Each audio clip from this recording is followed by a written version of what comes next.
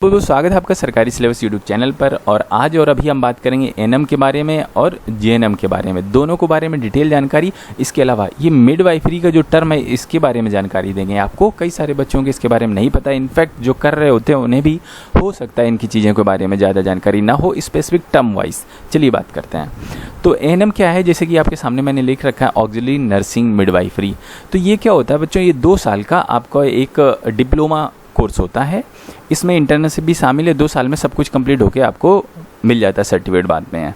तो देखिए ये सबसे बेसिक कोर्स है अगर आप नर्सिंग के क्षेत्र में जाना चाहते हो।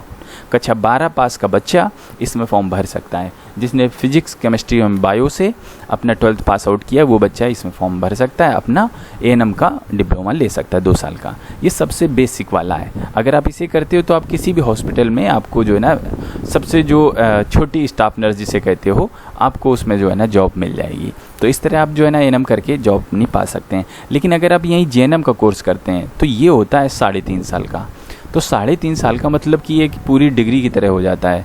तो इसमें आपको जॉब थोड़ा बेहतरीन मिल जाती है। आपको स्टाफ नर्स की जो पद मिलेगा, आप नर्स बनेंगे तो थोड़ा सा अहमियत होगी, आपकी पेमेंट भी ज़्यादा होगी।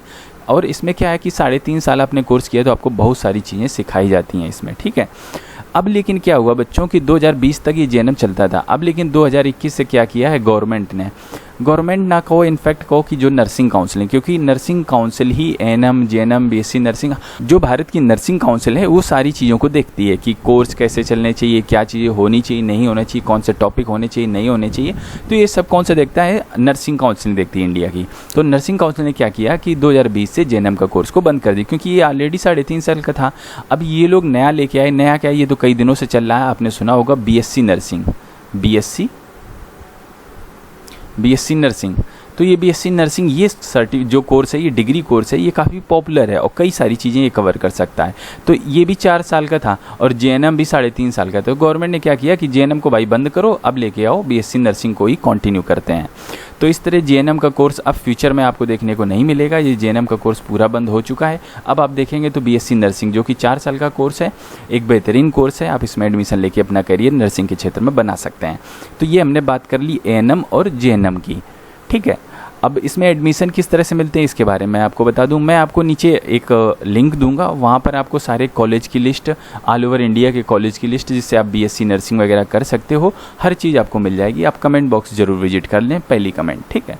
तो वहाँ से आप जान सकते हैं। आप चर्चा कर लेते हैं ये मिडवाइफरी का जो टर्म है, चाहे जेएनएम हो या एएनएम हो या आप बीएससी नर्सिंग करें, तब भी आपको मिडवाइफरी से गुजरना पड़ेगा। चलिए आगे बात कर लेते हैं मिडवाइफरी के बारे में, क्या होता है ये। अब देखो बच्चों, ये जो मिडवाइफरी होती हैं ये क्या होती है, मिडवाइफ करके एक टर्म है और जो उसे फॉलो करते हैं, जो उस पैशन में काम करते हैं, उन्हें कहते हैं मिडवाइफरी। जैसे कि ये हैं, ये देखिए किसी महिला का चेकअप कर रही हैं, तो इन्होंने जो कोर्स किया, जिन्होंने ट्रेनिंग ली, वो मिडवाइफ था। अब ये बन गई जो है ना मिडवाइफरी, ठीक है। तो इनका काम क्या होता है, मोस्टली ये करती क्या है, इसके बारे में आपको थोड़ा सा बताना चाहूँगा। ये प्रेगनेंसी चेकअप देखिए कर रही थी मिडवाइफ। तो देखिए इनका जो मुख्य काम होता है वो प्रेगनेंसी से रिलेटेड होता है। जैसे किसी भी महिला की प्रेगनेंसी होती है शुरुआत महीने से, मतलब पहले महीने से उसकी डिलीवरी तक, ठीक है। और आफ्टर डिलीवरी भी मैं आपको कह सकता हूँ, ठीक है। पोस्टपार्टम जिसे कहते हैं, तो पोस्टपार्टम तक मतलब जब तक बच्चा स्वस्थ नहीं हो जाता, माँ स्वस्थ नहीं हो जाती आफ्टर डिलीवरी तक, तब तक ये लोग इसकी देखभाल करती हैं। तो प्रेगनेंसी से रिलेटेड सारी चीज़ें मिडवाइफरी के अंतर्गत आती हैं। चाइल्ड बर्थ मतलब बच्चे का जन्म हुआ उससे रिलेटेड, और ये पोस्टपार्टम, देखिए ध्यान रखिएगा ये पोस्टपार्टम है और आपने पोस्टमार्टम भी सुना होगा। तो पोस्टमार्टम और पोस्टपार्टम दोनों डिफरेंट चीज़ें हैं, एकदम टोटली अलग है, ठीक है। तो पोस्टमार्टम मरे हुए लोगों का करते हैं और जो है ना डिटेल में। और ये पोस्टमार्टम क्या है कि जब डिलीवरी हो जाती है तो उसके बाद के कुछ चेकअप्स होते हैं, ठीक है।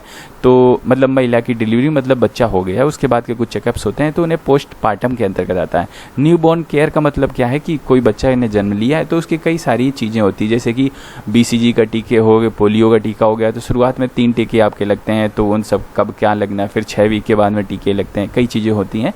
तो न्यूबॉर्न की केयर किस तरह की जाए, किस तरह उसको नहलाना धुलाना, उसकी मालिश वगैरह किस तरह से करनी है, ठीक है। तो इन चीज़ों का ख्याल, उसकी सही से वो फीड कर रहा है कि नहीं कर रहा, दूध पी रहा है नहीं पी रहा है, तो ये सब चीज़ें जो है ना न्यूबॉर्न केयर के अंतर्गत आती हैं।